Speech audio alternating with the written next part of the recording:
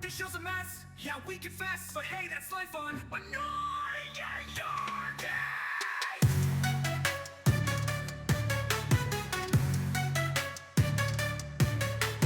Yes, she hates me. It's the purposes. She's not. We're gonna talk about the most important thing to join us: drug addiction. We're gonna be talking about drugs.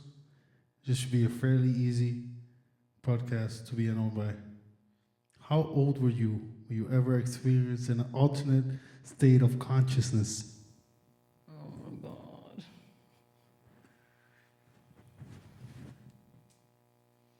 Oh my god. And then talking about drugs, I'll be rolling a joint. So she gets inspired.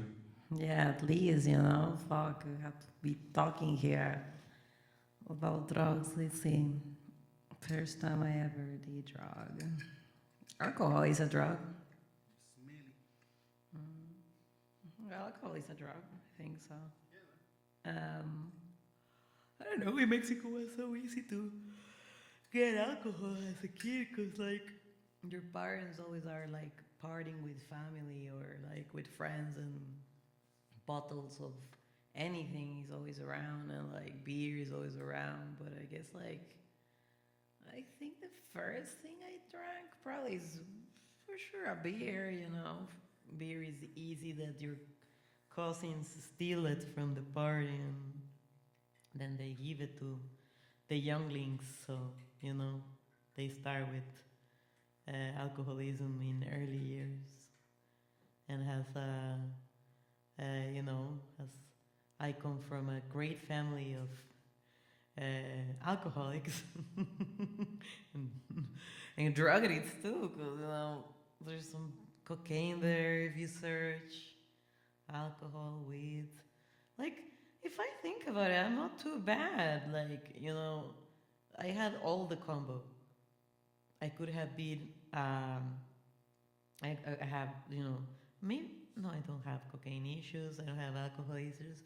I think I just got the food addiction and the weed addiction. But, yeah, when you get your list of your DNA sequence, you get the fucking lottery nowadays. Because you can get cancer, you can get, drug addiction, you can get heart disease, or, alcoholism. So, there's a bunch of stuff you can get in the lottery of DNA. So I got that, I think, first beer around 12 or no, maybe before, because when my family always have also in New Year's that they do the cheers, and my mom used to do my mom, there's a family recipe, right? That even my friends will ask my mom to do it.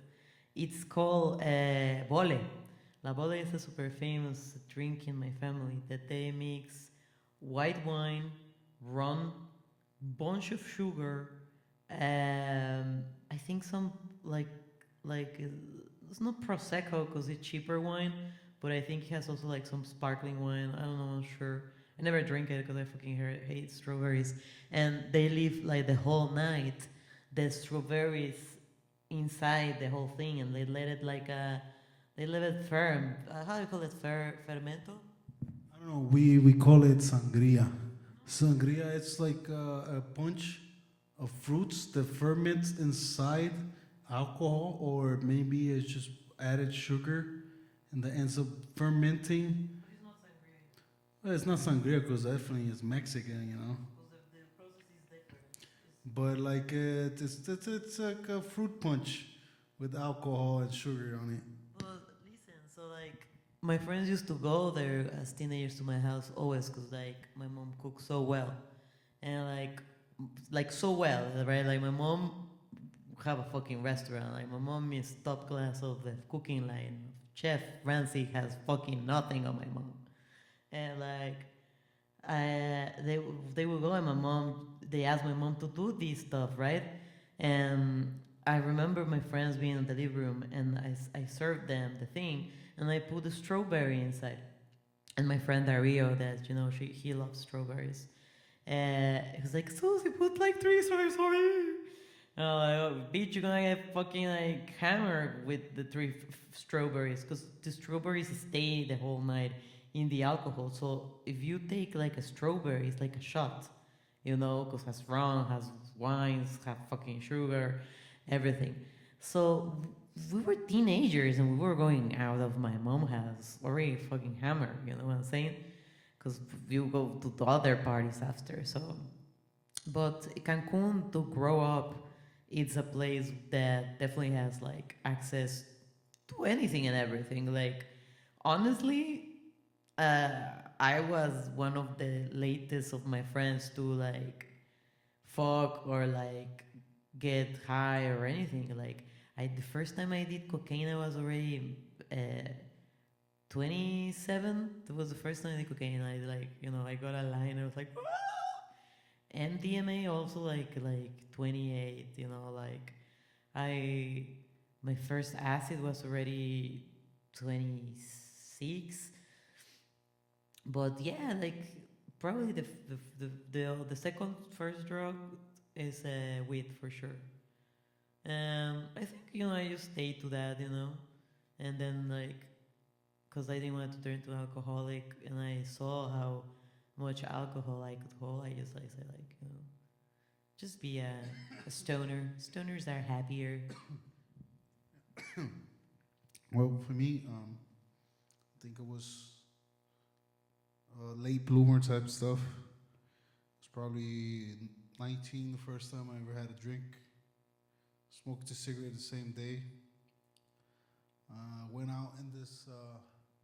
No, actually, the first time I had a drink was on a party, and little kid's birthday party, and had rum with passion fruit juice. That's the first drink I ever had. I had like a whole cup of rum with passion fruit. It's called parcha in Spanish, or in Portuguese it's called maracuja. And I had these 2 drinks with this friends of mine that we had a band called Máquina del Tiempo. It's like it was like 3 members of the band, and then all 3 of us was like 10 years apart. So I was like 17, the other one was like 27, and the other one was like 36 or 37, something like that. And I used to play like very radical leftist songs. It's called from It's called from fucking Silvio Rodriguez. No, I wasn't from the left because I was definitely a conservative, you know. But the people around me were definitely a bunch of fucking stoner hippies. And they were cool, you know what I'm saying? They were athletes that had their scholarships of like one of them was like a amateur, the other one did fucking called Decalo. It's like the sport that has 10 different sports on it. They do like 400-meter yard. They throw the fucking shot put, the disc, fucking long jump, high jump, all this shit. And these dudes used to like go out and train. That's how I met them, training, because I was a fat slob. And I started like hanging out with them because my brother started like hammer throwing and shit. And so I started training with them. And the first time I drank, I kind of liked it, I guess.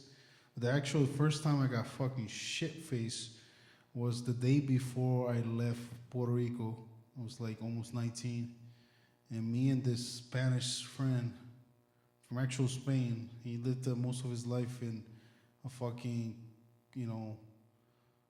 fucking train track. His whole life was a fucking nomad. His dad was some fucking Brazilian guy that had a life sentence here in Brazil. And then his mom was like this very promiscuous, very good looking MILF type shit. So she was always around with dudes and leave him fucking anywhere. And this dude just like pretty much lived from 13 almost to like 17 in like train tracks and fucking train cargo fucking, like, how you call that? The train, no, man, he lives in the actual train, like in the fucking wagons. Wagons? Like in a wagon, you know, a wagon? No, bro, no, you're not getting it. Like a fucking hobo that lives in fucking a wagon. Wagon? Yeah, the train wagon. Yeah, that's what it's called, train wagon. And he lived there for like a couple of years, just fucking hopping on and off of that shit in France. That's how he learned how to speak French. And he was a very good rapper. And I went with this dude that I met in the school. That I got kicked out of normal high school, and then I went to this like troubles kids school for like people that didn't finish high school. And I went to that school, and my brother was in class with him, and he became a really good friend with my brother, and my twin brother and I were very close. And this dude started hanging out and had a fucked up weird accent that I've never heard, because I never met a Spanish motherfucker. He sounded like Cristobal Colon to me. And on the last day, man, we became so good friends because Mario did like 1 year with him, and then afterwards he stayed in that school. And my best friend Paul, that is from New York City, that moved down to Puerto Rico because his mom was like another huge whore, and had like 7 kids with 4 different black dudes. And my friend Paul, his mom was Jehovah's Witness, and his grandmother was like actual Jehovah's Witness. And she left with another man to like Miami and left Paul by himself at 13. And then when Paul got fucking left in Puerto Rico, he lived in like a very fucking far ass rural area in the fucking middle of nowhere. And he had to walk like fucking 6 kilometers just to get to school in some fucked up conditions. Me and Paul became like really good friends because he didn't know how to speak Spanish, and I did know how to speak English, but not that well, to the extent to just have a normal conversation with him. But like, I started like hanging out with him. No, Cheech and Chong were smoke kids. Oh yeah, they teach each other. And Paul went to that school too, the same place, and Paul's became really good friends with Asim. That's his name. Asim Hassan Frank. That was is his name. And when Asim became friends with Paul, that was it, bro. He was friends with Mario and Paul, and there was the only 2 friends that I ever had in my life. And Asim pretty much like he knew about like me wanting to go to the army and all that shit, and he went to that school. And then on the last day that I was in the army, he called me. It's like, hey man, we gotta do something, because like years back we did like this road trip. The only first time that I pretty much not stayed with my mom, we went to this road trip that like fucking Paul stole this truck from his grandmother, and we took this stolen truck to like do we wanted to do a loop in Puerto Rico. That was the thing. We want to do a whole loop. Just drive around the whole island of Puerto Rico. You can do it in maybe like 12, 13 hours. But it took us like 3 days, because we like went to a beach, then went to a waterfall, went to another waterfall, and went to a Walmart, went to like all these crazy places. And we, for us, we didn't smoke any drugs or do anything. We didn't drink, because at that time we were like 14 or 16, something like that. But when I almost went to the army, I was always almost 19 already. I've never drank, smoked, did anything. And then I seen it's like, yo, let's go to the beach. And we went to the beach, and I thought, I seen, man, I want to drink, because I want to know how I was drinking before I even fucking go get shot in the army. You know what I'm saying? I'm thinking I want to fucking die. And it's like, man, I want to drink before I leave. And he's like, okay, cool, I got you. And we bought like a fucking 5th of rum. So it's like this little back pocket fucking homeless person drinks type shit. It's called ron jave. And we took this little fifth of ron jave. No, Donku. No, for us it's Donku. Donku is the cheapest. Jose Cuervo is important, right? Because it's from Mexico. But like Donku is from straight out like San Juan, Ponce. And we went to the beach. And I remember like, I've never drank in my life. So I remember my dad being a hell drunk and fucking drinking bottles of shit. So I was like, man, I guess it takes a lot to get fucked up. Nope. And I went to the beach. I got in the water. I'm not a swimming type of guy to go out and shit. So I went to the beach. Got this. We bought I actually didn't bought it. Asim had a pack of Newports. And then I went to the beach and got super drunk. Drink the whole fucking bottle with me and fucking Asim. Might didn't drink or smoke. And man, I got fucked up. Like I was like so fucked up. When I get home, I was practicing to fall on my fucking bed just because it felt cool. Like I just swing it back because it felt like I was falling from the sky. That's how it felt. It's like, man, I'm so fucked up. The first time that I went out and actually got drunk with somebody was with Pedro, the same guy that I drank in his house. And he took me, it's like, yeah, I'm going to take you for a fucking... The first club that I went was with Pedro. Pedro took me to this club and fucking... We got drunk. We bought a fucking liter of Donku. No, 4 liters of gallon. We call it a gancho. And there's 4 liters of rum. And Donku limon. That was the fucking first thing. We bought a bottle of that. We bought like 8 liters of orange juice and a bag of ice. And then we put that shit on the cart. I don't know how the fuck he drove home because he was even more drunk than us. And we were like driving and stopping in the middle of the road to fucking refill our fucking drinks. And they kept driving to the fucking party. I went to the party. We got to this like reggaeton place type shit. And I felt so fucking uncomfortable. Fucking the dudes at the door like, touch me and shit. So I went to this party. Like, you imagine, I'm like 19, almost 19, going to the fucking army. Never drink, never went to a club, never danced with a girl, never did shit. So I went to this place that was like fucking freaking out, you know what I'm saying? There was like people dancing and shit. And I was like, I'm not gonna do shit. Yeah. I'm gonna sit here in the corner and whatever. And then I ended up meeting up a friend there that's actually from church. Was doing the wrong thing and being in a party equally as me.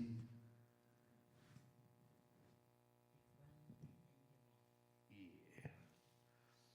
The actual first time that actually any type of substance that was an alcohol. When I first got into army, I kind of liked drinking because everybody drinks. Everybody drinks. Everybody smokes cigarettes. Everybody dips.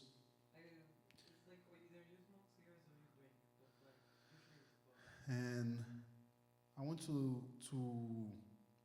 Waikiki, and I went to, man, we just went crazy. The same night, I went to a club. Then in the club we were drinking. Then we went to a strip club, and when we got out of the strip club, there was some big Samoan motherfucker in a corner, and my friend was like an experienced drugs user. So he spotted a drug dealer like super quick, bro. This motherfucker, he's never seen each other, and they know exactly who they were. You know what I'm saying? And like my friend's like, yo, Alex Gonzalez. He was like this like skinny, small, German-looking motherfucker, but he was like Mexican because his family was Mexican. He got adopted by Mexicans.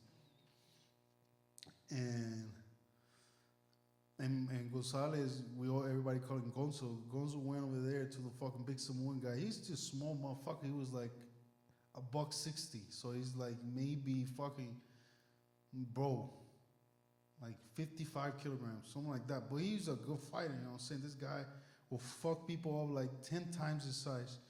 And it's like, he went over there, and he's like, yo, give me $50, bro, give me $50. It's like, I'm gonna put 50, you're gonna put 50. It's like, what the fuck are you talking about? It's like, bro, give me $50. Okay, it's like, give him $50 because, you know, we went to the strip club, we had cash on each other because every time you go inside a strip club, before you even get in, you have to take money out and shit out of the fucking ATMs and shit. And it's just like, we took the fucking money and gave it to fucking Gonzo, and then we went back to the same club we were before. It's called Mad Dogs. It's already closed. It was in Waikiki Beach back in like 2013. And he went to a fucking big dude, got the fucking shit, and was like, yo, what's up? What do you need for it? No, just go to the bathroom. It's like, what are you talking about, bro? Let's go to the bathroom. We went to the bathroom. This motherfucker just bust out the smallest coke bag I've ever seen in my life. Like, you barely fit a fucking key inside the bag. It was so fucking small. Like, this was made for cocaine, this tiny bag. You know what I'm saying? There's nothing. What else can you put there? Like a fucking tiny ass earring inside this little bag? You know what I'm saying? This dude went inside, and both of us went to the bathroom stall, and it was like a fancy club. So I had an Asian dude sitting on the bathroom with like all kinds of soaps and fucking cool towels and like perfumes and shit, and they had like a little plate with like cash. And you leave him like the fucking bathroom is spotless. We went inside, both of us, in front of this motherfucker. We went inside the stall, and then my friend just go and like hold the side of his cheek next to his eye and pull it back, like kind of just opening his nostril, and fucking went like this, bam, just smacked it down. And it's like, yo, and he hold the key to my nose, and I fucking like hold my fucking cheek the same way he did, just to open up my nostril, and then bam, little bump. And it's like, I don't feel shit. And he was like, bro, you gotta wait for it. It's like, no, give me another one. We're like, another 2 fucking key bumps. And I was like, okay, you know, this shit ain't doing anything. And then my friend bust out fucking MDMA fucking capsule, and then he opened that fucking MDMA capsule, and then the fucking MDMA and coke at the same time, bro. Like, I went outside. It's like, man, I don't feel nothing. 20 minutes later, bro, I was fucking jumping up and down and dancing and shit. I never danced, you know what I'm saying? It was a Halloween night. I remember it was like this Halloween night. It was fucked up, and everybody that's underage in the States, they fucking do an X on their hands. So whenever you go to a bar to buy any drinks and alcohol, they see your hands with a black market X. That means you're underage. You can go inside, but you can't drink. So I made like this girl that I just fucking met buy me some drinks, and for me and my friend, because he was underage, I was underage. We kept fucking smacking drinks down, smacking drinks down, get stupid from like chest face. And then we came down to Waikiki, that is like 50 minutes away on a car from fucking base. And it was already like 3 o'clock in the fucking morning. When I look around, I couldn't find Gonzo, nowhere to be found. This motherfucker left with a girl. It's like, fuck. Now I got only $45 and it's $100 cab ride back to the fucking base, and it's 3 o'clock in the morning. And my friend was like, gone, have nowhere to fucking come back, and if I miss formation, I'm gonna get fucked. Because formation is at 5:45 in the morning, and it's 3 o'clock, and I had no fucking money. And I was like, what the fuck I'm gonna do now? And I go outside, start walking in the street, like freaking the fuck out. It's like thinking about, I'm gonna miss formation, I'm gonna get an Article 15. For people outside of the Army, Article 15 is like, you know, getting a felony in the, you know, going for jail. You're definitely going to fucking jail. It's like, can I find my fucking lighter? You got a lighter? Talking about drugs, my joint just.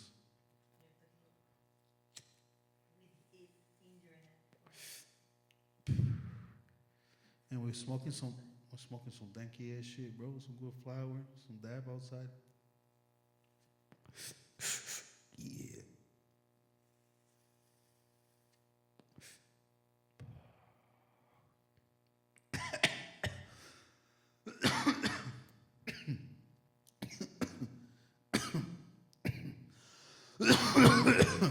When I walk outside, yo, man, I was freaking out. 3 o'clock in the morning, hella drunk motherfuckers outside. Yo, it's like, what am I gonna do now? I gotta be at 5 o'clock in the morning on post to take a shower, change my fucking shit, and get a uniform. And it's like, I'm walking randomly. And randomly, I'm walking on the street of Waikiki Beach next to like Dukes and shit for people that know shit about Waikiki. It's like next to a beach. And on the far, I see the drummer from church. I used to go to this on post, like it's called Schofield Barracks Baptist Church. And I used to go there on Sundays. Man, when I see the drummer from church standing in the street at 3 o'clock in the morning, it's like, what the fuck is Big Mike doing over here? It's like, what the fuck is he doing here? It's like, yo, what's up, Big Mike? What you doing? Hey, what's happening? You know me, man. Just waiting for this girl over here. It's like, what do you mean? Nah, I'm just waiting for this girl, and she's in this hotel. She got to come down, and I'm just waiting. It's like, bro, are you going on post? Because he lived on post because his mom is like military. And he's like a grown-ass man. He was like 20-something, at least 30 or some shit. He was this big, fat black dude who played awesome drums and had like dreadlocks and shit. Long hair. And I was like, yo, what's up, Big Mike? Yo, you gonna fucking go and post? And he's like, yeah, I'm going to post what? You need a ride? It's like, yeah, man. And I told the whole fucking story. He's like, man, I'm fucked up, man. I'm drunk as fuck. I'm underage. I got $45 on me right now. I gotta get him posted shit. What the fuck I'm gonna do? It's like, nah, man, don't worry about it. I got you. Because we met at church playing, because I was playing at a church. You know what I'm saying? And then my friend was like, okay, man, but we just gotta wait for this girl. I'm like, okay, cool, don't worry. I'm thinking nothing. Fucking, get to his car. Bro, it's like I saw his car. He had a fucking Lincoln, bro. It's like white interior, all leather and shit. It's like, man, this is a nice ass car for fucking drummer of church. It's like, what the fuck? Didn't think anything about it. Get inside the car, the passenger seat, boom, boom, close the doors, clack, clack. Boom, start the car, fucking start driving around. It's like, nah, my friend. She's gotta come downstairs, but I don't know what the fuck's happening. Keep fucking circling the block on a fucking white car, and a black dude and a white dude at 3 o'clock in the fucking morning. It's like, man, I'm fucked up. I'm stupid high at this moment. I'm like, an hour ago I took MDMA, so this shit's just kind of like, it's fucking hitting now, bro. I'm fucked up, and I'm scared because, like, what the fuck? And it's like, we kept fucking swerving around and shit. 2 seconds later, some fucking crazy looking redneck motherfucking cop stops us down. Fucking stops the car. It's like, shit.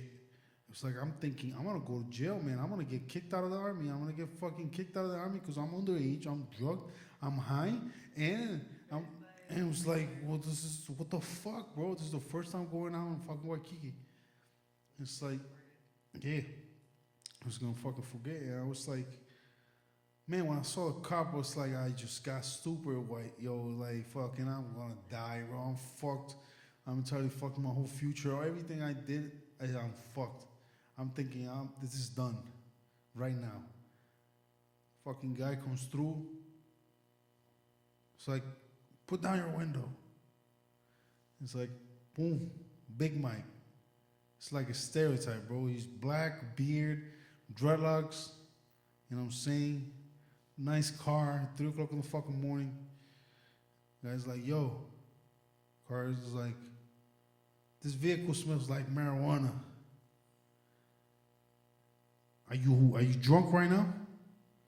And so, Mr. Officer, I'm like keeping his hands both on the wheel. It's like, Mr. Officer, I don't drink. I haven't drink. Your eyes looking kind of red. You smoke weed? And fucking Big Mike's like, the guy that I just met at church like 3 Sundays ago, that I went to his mom's house for a cookout after church, you know what I'm saying? She's like the choir, director from church, like super nice old lady. And this fucking guy says, Yeah, I smoked everything, but it's all gone now. Fucking cop look at him. It's like, yo, there's been robberies, people robbing at gunpoint. I don't want to see you guys, get the fuck out of here. He was like, the fucking guy was like, oh, thank you, officer, I'll sure go right now. Look, I'm gonna drive here. There's no way for come back and we go through this bridge and that's it. I don't want to see you anymore. Poof, we go out, man. Whenever the fuck we go out, the fucking he rolls up the window. And he's like, whew, I was close. And he was like, what do you mean, motherfucker? It's like, look under your seats. And I was like, what are you talking about, bro? Bro, when I fucking put my hand on, bro, I fucking took out a bag. And he had like fucking 300 grams, bro. He had like fucking like, yo, he was at fucking the drummer from church, bro, was a Waikiki Street waiting for a drug deal. He was a drug dealer. You know what I'm saying? And I didn't know. That explains the fucking car and the fucking sweet smell like a motherfucker.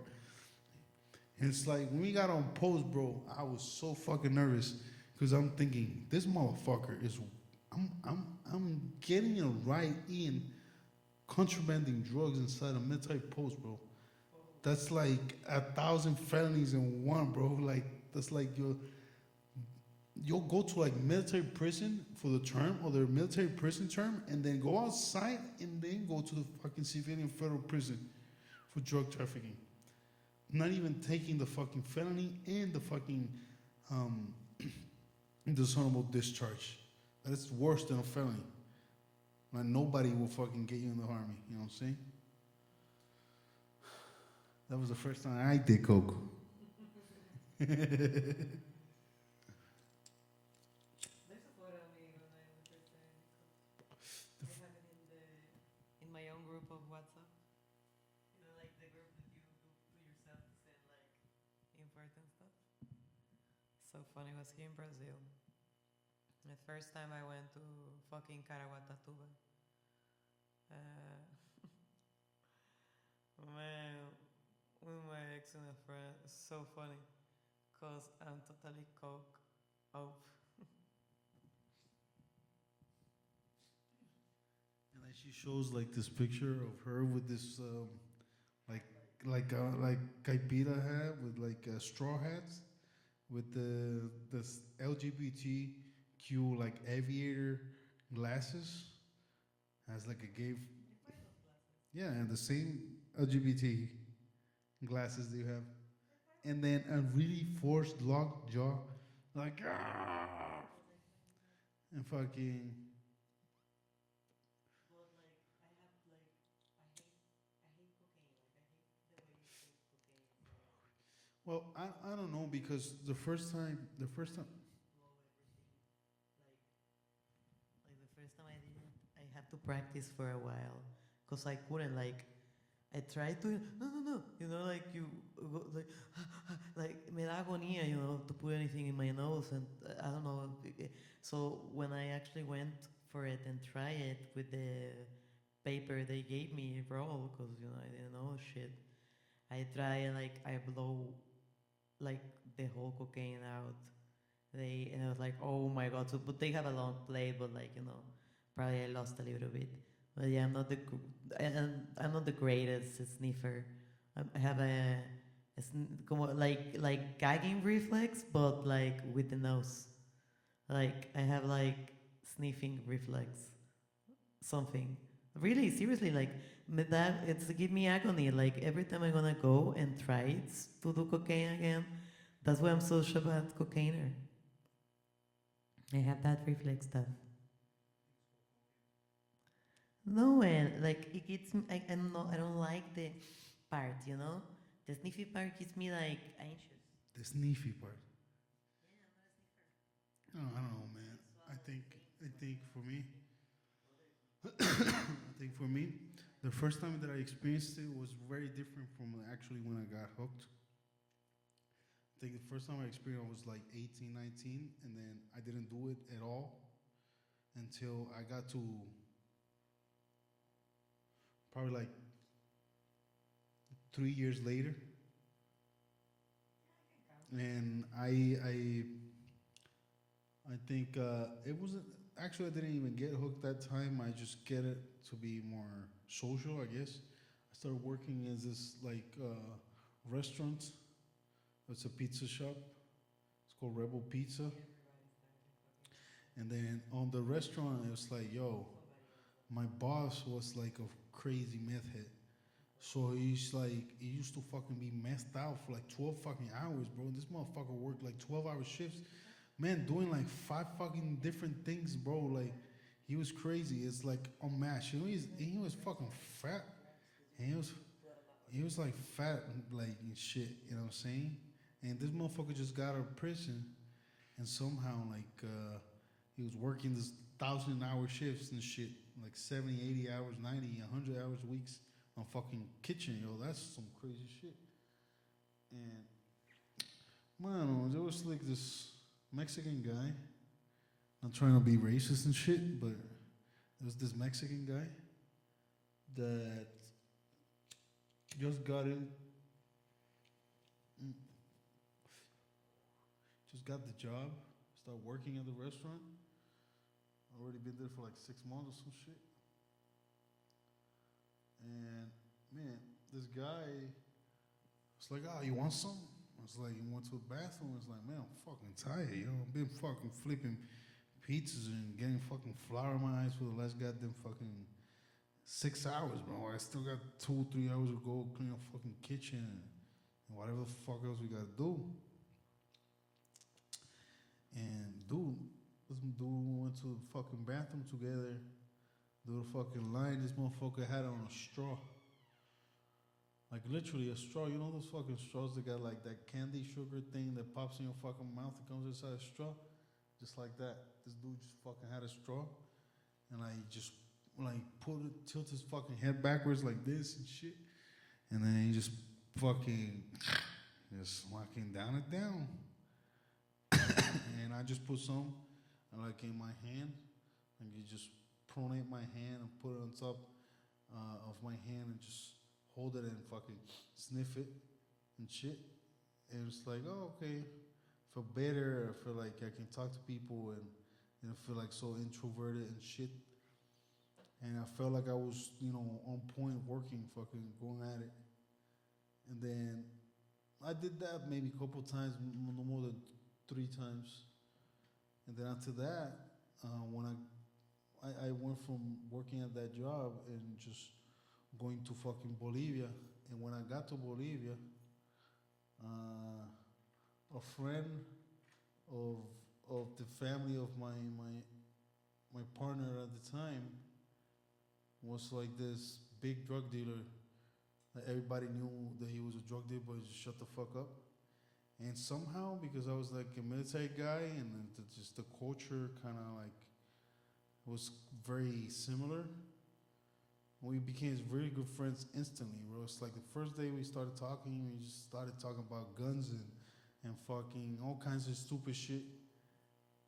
And I don't know, we had shared the same, let's say habits or interests. And then this guy always had a lot of shit on him because he always was working. And I remember the first time I was alone with him, that was actually the first time that he did it in front of me. And it's like my partner and his partner went to buy food and we stayed at the house. And he just bust out like, yo, like maybe like a fucking ounce, bro. Like 20, 30 grams of shit. And with the fucking back part of his lighter, he put it inside the fucking bag. And with the back part of the fucking lighter, boom, everything that was in the back part of the lighter, he just pulled it up and he held it to his fucking nose. It's like, and he just said like, I'm gonna do it in the right one first and then on the left one so the left one doesn't get jealous. That's what he said the first time he did that shit. It's like, he said it in actual Spanish. He was Brazilian, but he spoke Spanish too. It's like, para que el otro no tenga, para que no le den celo. Para que no le den celo al otro. Bam. And it's like, yo. And that could look way different than the one that I've seen in the States. Like the States, it just fucking felt grainy. I don't know how to fucking explain it. It definitely had a cut and people stepped on it. But when I got to that one in Bolivia, bro, the shit looked fucking purple white. You know what I'm saying? Like the fake teeth, veneer type shit. And it was like, what the fuck, man? I never seen anything like that. And I was just, and it looked puffy. It didn't look pressed. It looked like this motherfucker just scraped it out of a barrel. It was like, bam. I was just like, man, just put 2 puffs, bam, bam. And we just smile. We practice fucking, like, we practice fucking drills. I teach him how to drill. Like with a gun. He took his gun out and we had like a fucking Smith & Wesson 500, like a cowboy fucking Walking Dead gun. The motherfucker pulled that shit out of his pants.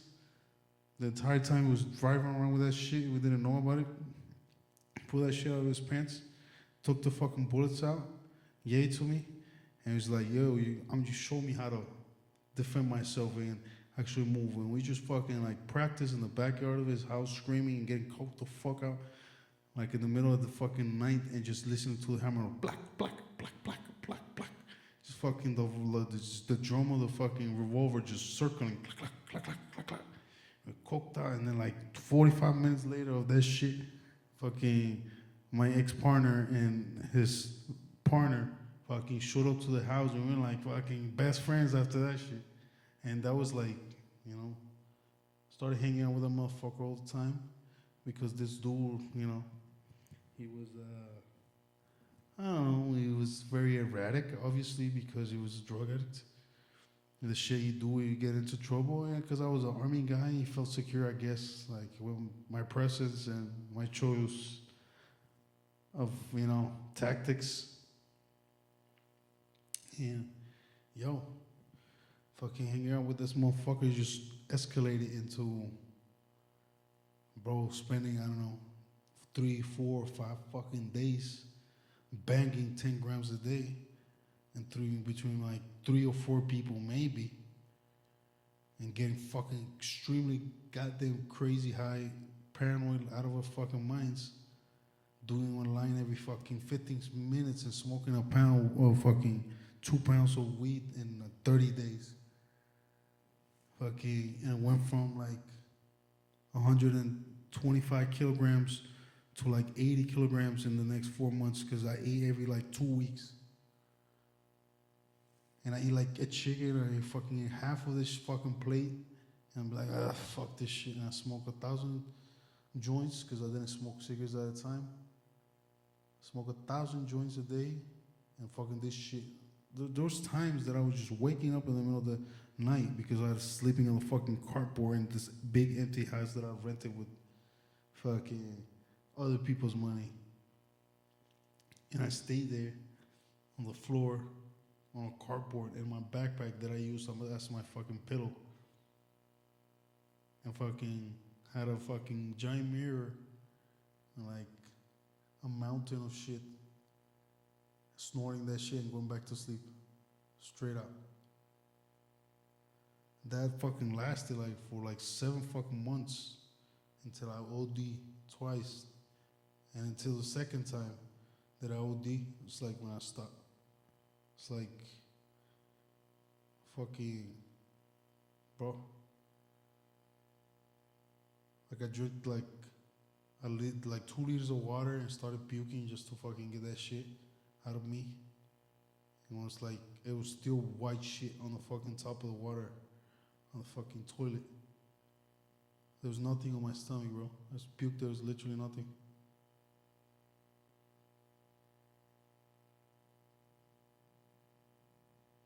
That was crazy. And that fucking jumped into trying to stop and living on the street while trying to stop. And like sleeping on parks or inside of like those rockets and fucking kids' playgrounds. Fucking, you know, doing shit just to get food. Yeah, you know, addiction is a motherfucker. Then I stopped cold turkey. I don't even know how the fuck I did that. It was just I was more scared of like it took me like 26 days to stop shitting my pants. Not like shitting my pants physically, but like having constant diarrhea and fucking pain and like fucking like straight out like you feel like you have a fever. It's like it's not you. I'm not saying like it feels like you're hot. It feels like your body aches and fucking. I don't know. And after in this shit, just too, I got a couple bad trips because I kept fucking doing blow and taking like flunitrazepam. It's like this shit they give for schizophrenia. It's like it's a super small orange fucking capsule, and you just bite a tiny little bit, and then it calms you down whenever you're like too fucked up. Like your chest is like fucking da, da, da, da, da, da, da. It's just like tachycardia, like a motherfucker. Just bite that shit out, and it fucking puts you out. And then if you really want to fucking sleep, check the whole fucking thing, and then shit can happen like that. Like for instance, like I spent like the average shit was like I would just use for 4 days, and then smack down like maybe a day and a half sleeping. And then the worst moments, the worst times, maybe like 8 days without sleeping. But like I was just start not being there anymore, just being like being dangerous for other people to be around. So I don't think it's a very good thing. But then I started working all the time, and I just didn't. It's not that I didn't have time because whenever you're like in that moment of addiction, bro, there was times that I was just, mano, smoking 1,000 cigarettes, cutting 20, 30 people in a day, and fucking like chewing bubblegum with nothing in my mouth. Playing pocket piano. Only drug users are gonna understand that fucking reference. So whenever you're coked out of your mind, your fucking hands start fucking like moving for no fucking reason because you get so fucking nervous, like stressed out. It's not people's experience. I think people that are addicted to it, it's just actually that's their experience. But like people that will just casually use it whenever they like drinking alcohol or something like that, it's just gonna hold your alcohol. It's not gonna do that much besides holding your alcohol, maybe getting you a little bit aggressive. No, but from any drug, there's a withdrawal when you, like my mom, I saw it when I was taking. Yeah, and let's not even talk about withdrawals. The withdrawals is the worst part.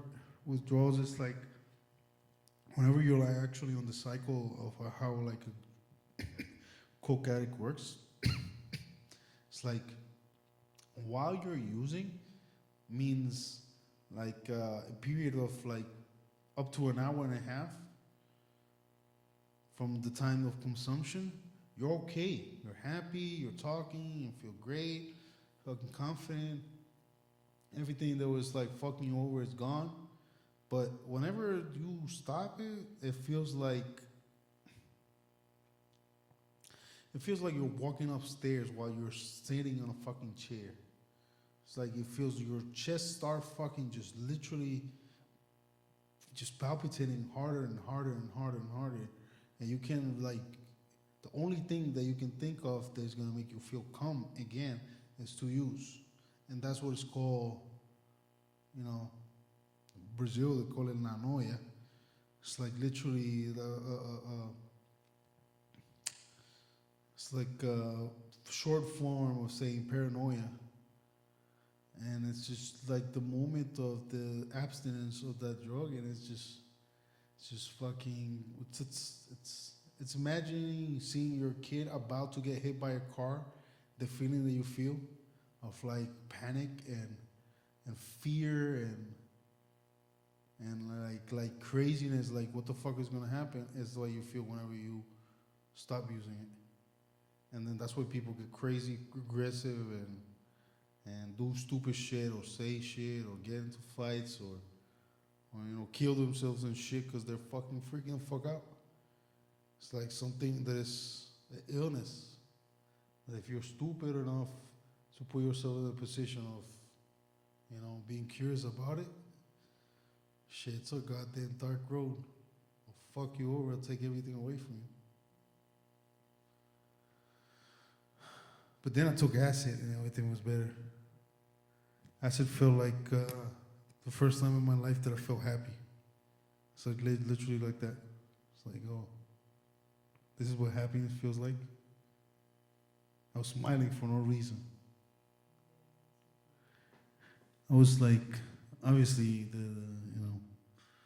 the part that is like hallucinogenic is good if you like it, but if you don't like it, it's scary.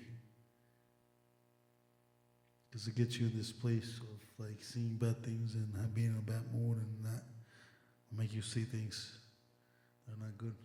Now you just see, I saw a lot of those crystals, like whenever you see inside a fucking horoscope, that's how you call it.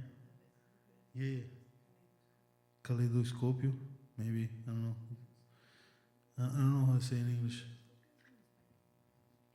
But like when you see inside that, that's what I was seeing the first time I took some acid. I was seeing like those crystals, fucking, like those shapes, hexagonal shapes of a pattern that keeps repeating itself with different, like bright colors that blind me.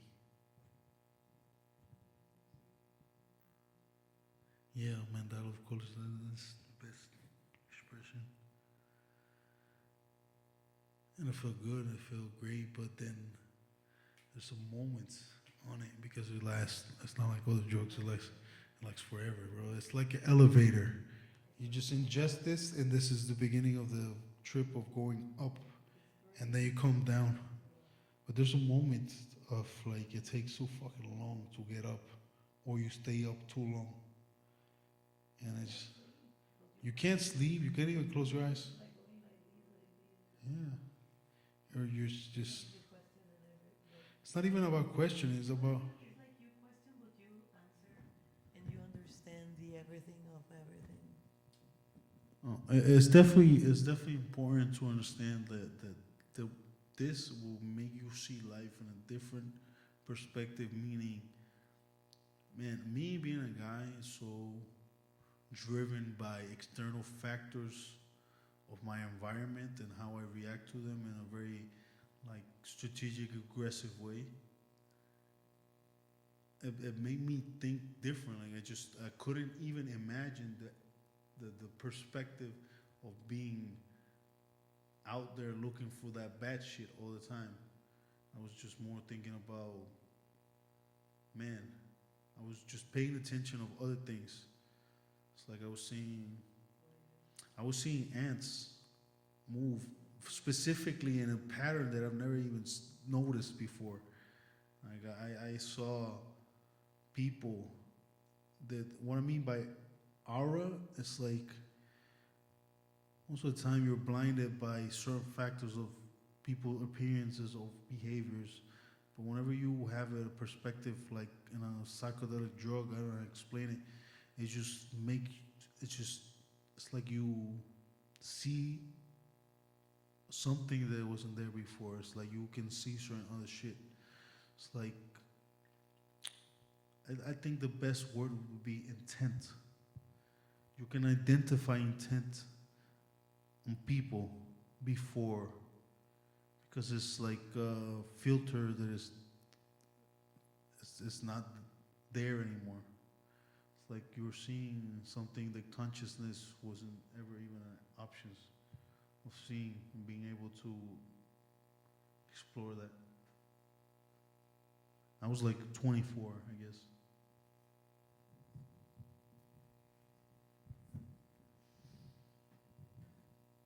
The first time I did acid, I was like 26, and it was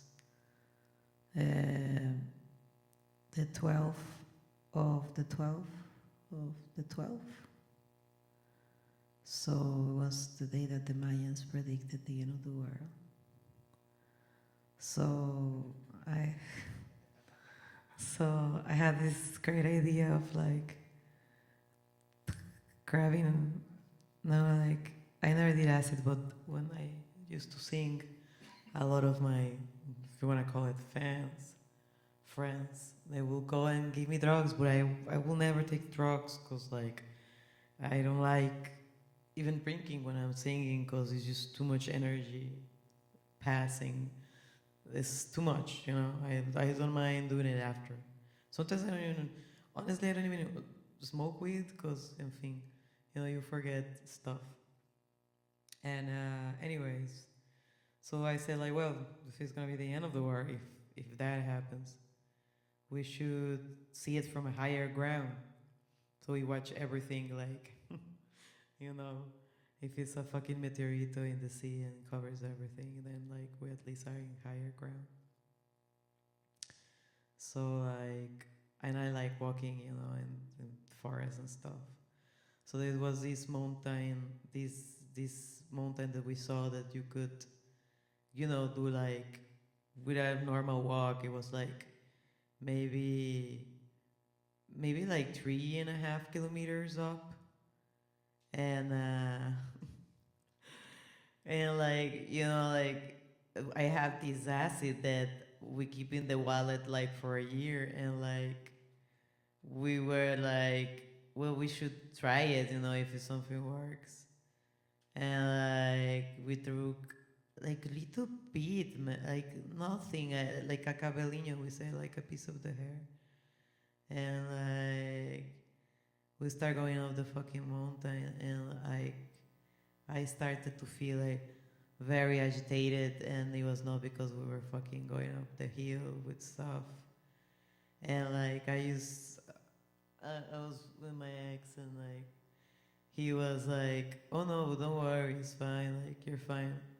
Then later he confessed to me that he was feeling like shit because he figured that because how he was feeling so high, that probably the little fucking piece of acid he gave me was not, you know, mild, was like super fucking strong, and that's why I was freaking out already. So it was a fucking very strong acid for a little piece I took. So all the images that happened was like kind of like an eternal going up the hill that it looked like many hours passed. Like it's like we were walking and like we couldn't like we wouldn't see the fucking you know, end of the mountain, man. And like we start like freaking out because it was like getting late. We gotta get up to get, you know, down. And then like we were tired also, and it was a moment that I sit down on a rock, like big rock, because I was fucking tired.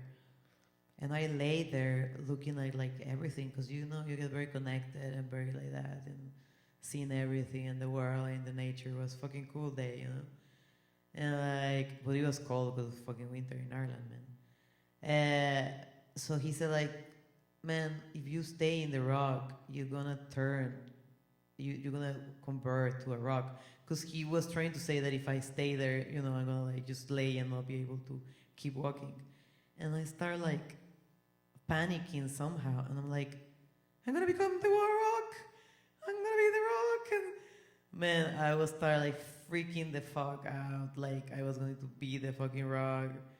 And like I almost like kind of like you tear a little, like laughing but tearing a little. And I was like I don't know how long that was, but like we have to keep going, man, because you know we're against time. And then next scene is like somehow we stop again because some beautiful view, and he had like a little flute. He played so bad, but like the moment was like so like fucking, you know, the forest and everything, and I felt like I was in the fucking Disney high movie, you know. But Disney, if you watch Fantasia, those guys took fucking acid. Don't fuck off with me. But like Disney is all fucking acid.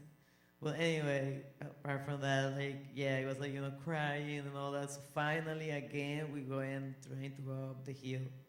And finally, we arrived to the mountain, great mountain. We were there with a fucking big ass antenna, obviously, and the mountain. And it was not even that high, but it looked like we were, walking for like 5 hours instead of 3.5. And like, man, in the moment I sit down in the rock, man, it was full of fucking water, man. Like my ass got absolutely wet, like wet ass. And it's Ireland, fucking winter. Like, man, my ass was numb. Like, anyway, we were watching at the end of the war happening, fucking roll a spliff, to see if the Mayans were right. And, nothing happened. Some lights happened. We saw that nothing happened, so we had to fucking run back. Because, fuck, man, we're in the middle of the fucking mountain, so we start freaking the fuck out because the light was going out, and we were not prepared. We didn't have water. We didn't have extra clothing. We didn't know what the fuck we were. We didn't even fucking talk the language properly. We were running down the fucking mountain, and like, we finally met like a farmer guy, and he's like, "How are you? Where are you doing? He's like, "Why are they here? Hey, you're fucking dudes!"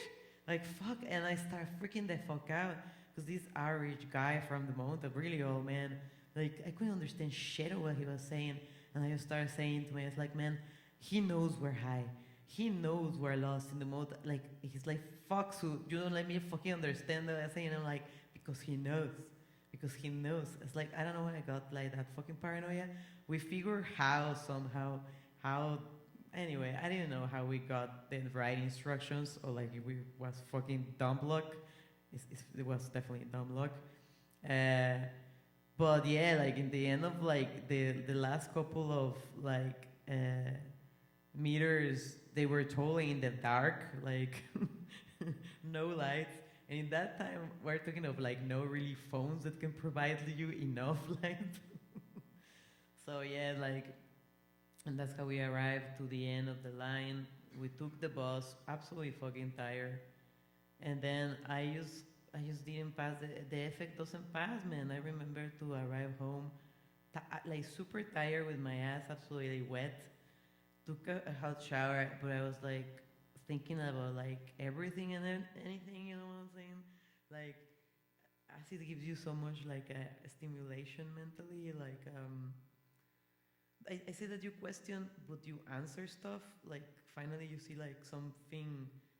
I don't know, like some things just make sense. Finally, maybe that's why they say that fucking like drugs cure fucking trauma or something. But because you do it, I think it it looks like it's many hours, and yeah, sometimes it's like 24 hours. But then after, I feel like the next days you still are very sensitive and sensible. Like, I think it's like that's for instance, that's a great drug that I will do like songs probably, because like it makes you think a lot, and like you get very, it's not that you get very intellectual, I don't want to say something like that, but it brings good conversation, I think, to people overall. Well, yeah. um, I don't know, many other experience. MDMA, I did it also a couple of times. I can say that maybe that was my most getaway drug. Like, when I arrived to Brazil, especially in Sao Paulo, people here are very, I don't know, like very territorial. I don't know. Or maybe like you do get to do friends, but it's not like there's a lot of inner circles that people don't really like spoke English, neither Spanish, and all the Portuguese I know, I thought I knew. I didn't know shit. For fucking shit, I couldn't even ask for a fucking pão de queijo without saying "give me a dick" in my mouth. Like, it was like I couldn't. I was people. Doesn't take the time to be talking to fucking foreigners. Like in Ireland, when I was with the Brazilians hanging out, it was easier because everybody was living outside their country, so like people are more understandable of each other. But in here, people just didn't give a fuck. So if you were in those of like circle of people talking, nobody was going to be talking to me, like, because people don't give a fuck, they tired. So I think like definitely there was a couple, like a good year that we were doing a lot of drugs and like mostly myself like DMA, but because I need very little to get very fucking high, like, and alcohol and everything, and just like I think when you're like working and here is very easy to get things. Like I don't know if it was because in other places I just didn't fancy them because you can get weed and you can get alcohol. I just never given a fuck about other drugs. But yeah, here like in Brazil they do a lot of drugs. Like Sao Paulo has a lot of drugs, easy access to everything. Maybe in Mexico when I grew up was the same, but maybe it was because I didn't search for them in there that I don't have that. I only buy weed in Mexico. I never bought cocaine in Mexico. Sure, my fucking brothers buy cocaine in Mexico, but like, yeah, I haven't. I'm more like, give me a mushroom, give me a peyote, give me aloe vera, give me the resolution, the meaning of the world. I want to connect to the universe. Bro, they sell here mushrooms through fucking internet, people. They fucking sell like, what's the fucking name they have it? Fucking. No. They said, no. They said analog ayahuasca. That's how they said it, bro. Analog ayahuasca is was medicines of the earth or some shit like that. That's what they say. That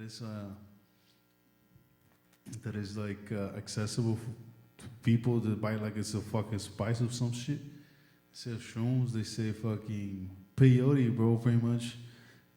It's not peyote. It's actually San Pedro. It's like a cactus that has the same content of mescaline on it. So it tastes disgusting. But and that's all, folks. Or was it? Were we ever even here? Was our guess even real? Or just hallucinations brought by too much kombucha and bad decisions? Reality is optional. Time is fake. And plants are also fake. Thanks for floating through our minds and swamp with us. Next week, we will be annoying our guests so hard their astral projects mid-interview. Until then, stay weird, stay wobbly, and as always,